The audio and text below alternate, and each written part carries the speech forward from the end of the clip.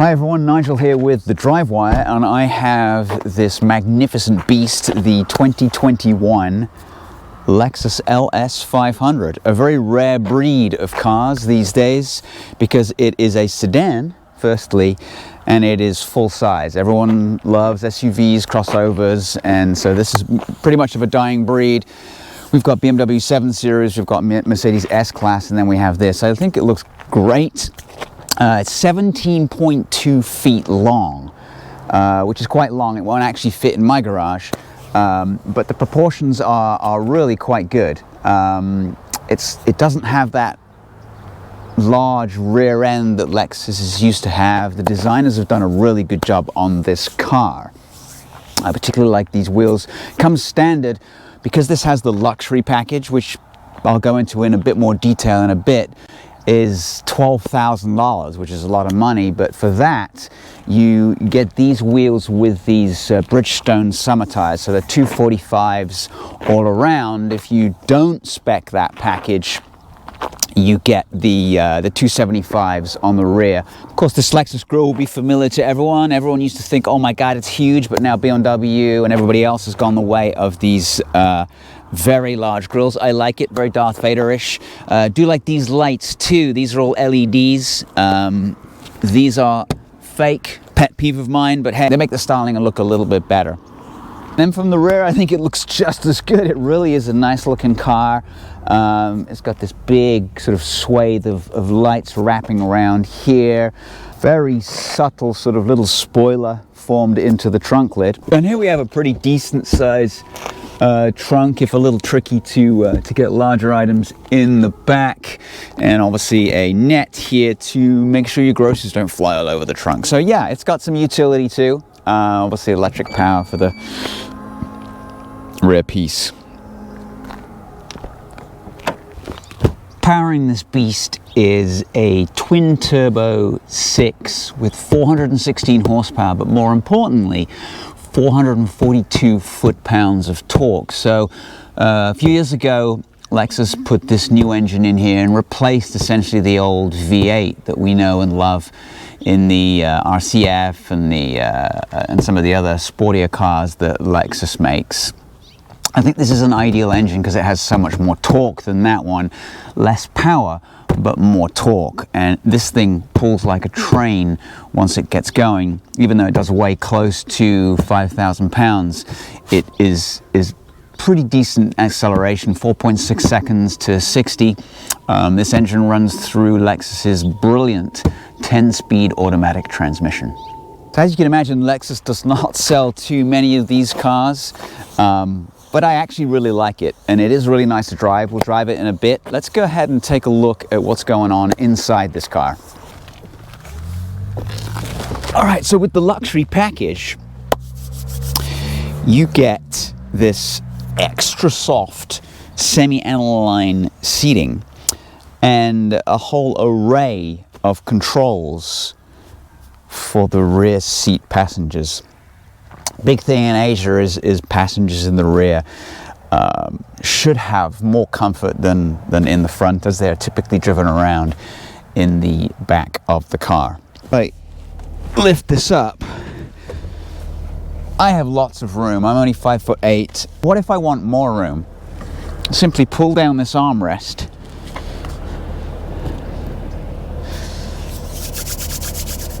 And by adjusting these controls here, I can move the passenger seat and make it go away. Bye-bye.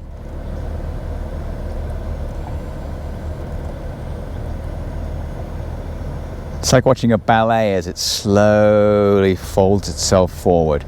So look at that.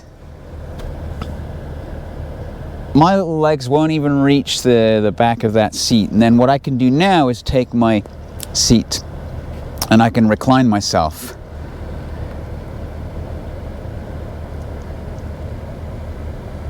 Oh, yes. Obviously, with the seat in this position at the front, no human is going to be able to sit there. So it essentially becomes a three-seater vehicle at that point. Right, so in the center armrest, these are the controls that you get. This passenger seat is the way to move that front seat forward. You can play around with the left-hand seat, the right-hand seat. Gives you the ability to change several different pieces of the seat, the backrest, the head, the legs. You can set a memory for when you get in there.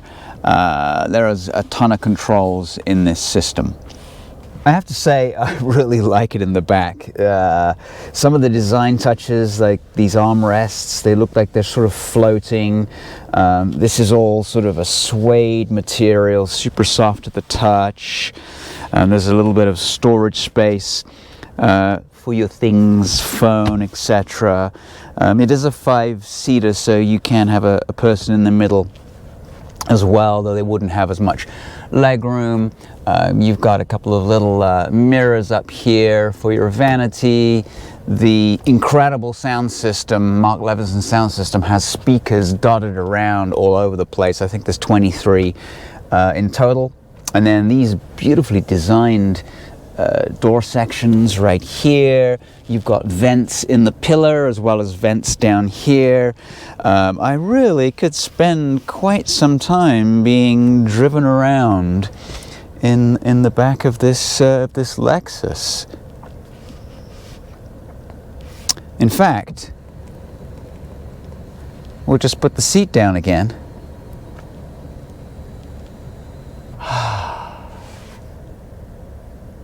Nice. Okay, sorry. I need to tell you about the front seats. Let me concentrate on the job in hand here. Okay, so the biggest single change, and the best in my opinion, is what Lexus has done is they've changed this dash, brought this screen forward for one very simple reason, is you can now touch it, whereas previously you had to use their horribly fiddly entertainment trackpad nightmare. So this, incorporated with the clock, is wonderful news because it just is so much easier than messing with the trackpad. In fact, I haven't really touched the trackpad at all since I've had the car. Down here you have shortcuts, whereas previously you had to fiddle around on the trackpad to find the heated seats, all of the different seat controls, the HVAC, etc. You can click this one here and it takes you directly to the heated seats section and steering wheel, where you can then alter your levels accordingly. You can go ahead and move the airflow, change the temperatures, do everything on the touchscreen. And then if you need to go anywhere quick again, you go back to the quick controls, which include the self-leveling, raise the height of the car here to the rear blind, and then click on seat again, and then you can see directly where you can adjust all the different seats, everything possible in the car. And then below there you've got your engine stop-start, you've got 2 vents here with controls, and then you've got additional physical buttons for your HVAC, radio controls, direct buttons to go to media, and then the physical volume control. So it all makes a lot more sense. Shift is sort of interesting. It's got a weird little pattern. It's very stubby and small, but you get used to it quite quickly. On the right-hand side of the driver's information section, you've got this button right here that controls normal, comfort, sport, and sport plus. Yes, there's a sport plus in this car, and to activate sport plus, it changes the display and it makes the car go a little bit quicker. This car out the door is $98,000, base price $76,000. It's got a few packages on it. As I said, the Mark Levinson sound system, and then also the $12,000 comfort package, which is pretty expensive.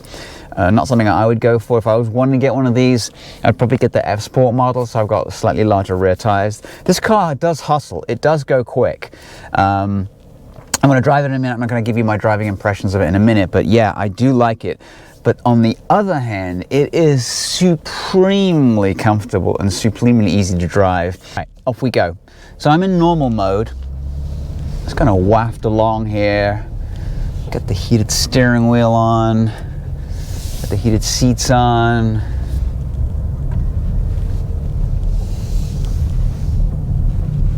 So a lot of cars these days seem to tighten the seat belts as a safety issue. A couple of Cadillacs I've driven have attempted to strangle me. I'm not too keen on that. Audis can be a little less severe. This one's nice. Lexus is very gentle. And you get the feeling that you're wafting along on a pillow of jello. It's not a bad thing when I say jello, because I'm not saying that this car flops around and has no body control. It does. Now this is a rear-wheel drive one. You can get it in all-wheel drive. I probably wouldn't. Stick your foot down and this thing just is up to some pretty quick speeds in no time at all. So I've been driving it mostly in normal mode. Sport Plus makes the shifts a lot more aggressive, and it tends to hold on, and it knows that you're kind of sort of going for it. Definitely a slow in, power out sort of car. It does have the tendency to feel like it will understeer if you plow on in a corner too quickly. So as I said, 0 to 60 in 4.6 seconds. Obviously, the sheer mass of this car, it takes it a little bit to get going. Once it is going and moving, though, you get to quite license-losing speeds quite fast. And it keeps on pulling all the way to prison. This is the best engine. Now, my issue is if Lexus has this fantastic twin turbo 6, why aren't they using it on anything else? Why isn't this in the new ISF or the RCF? Or even though the RCF is a wonderful engine, I love that V8. Why aren't they putting in that? So apparently rumors are that Lexus are in fact building a new twin turbo 6. Why? There's nothing wrong with this one. This is perfect. Just gonna pass this guy here and just effortless. For big car, steering is also pretty good. It's nicely weighted. You can't really feel the front wheels, which is pretty typical with assisted systems these days. But you point it and it goes in the direction that you want to go in. That's what you want. Now, for $98,000, for this kind of luxury car, definitely on the cheaper side. I say cheaper because some of the BMWs and the Mercedes are over $100,000. Yes, they are faster. They usually come with a twin turbo 8. They're pulling 500, 600 horsepower. Lexus doesn't seem to want to go in that direction. If I wanted a luxury car, then this probably has plenty of power for me. I can get past people on 2-lane roads like this. I can cruise past people on the freeway. I can cruise all day at 99.5 miles an hour and make it to Vegas quite quickly. It's very easy to get a perfect position in these seats. What I like about them is because it's a bigger car, because it doesn't really have a proper sports suspension, it does roll a little bit in the corners, and so these side bolsters are automatically adjustable, both for the side ones and the bottom ones on the seat cushion, and I like that.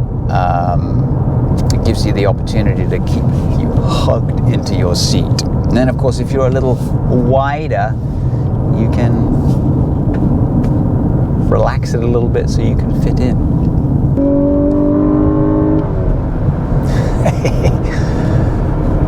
Fantastic. I'm laughing because of what it is. A huge sedan that isn't really meant to be particularly sporty, that is actually quite sporty to drive. I mean, anyway, we're going to jump on the freeway now, so I'll just press this button right here and well, one more go. Right, now we'll press the button.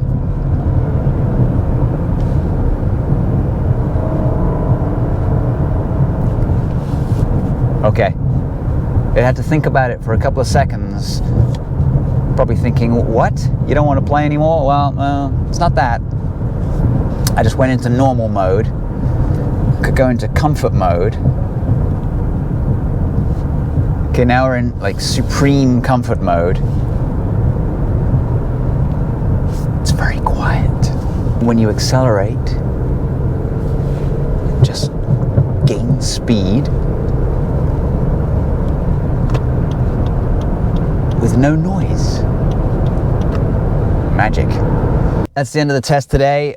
Thanks for watching the video. I hope you liked it. Please subscribe to the channel, make some comments, and we will see you next time. Thanks. Bye.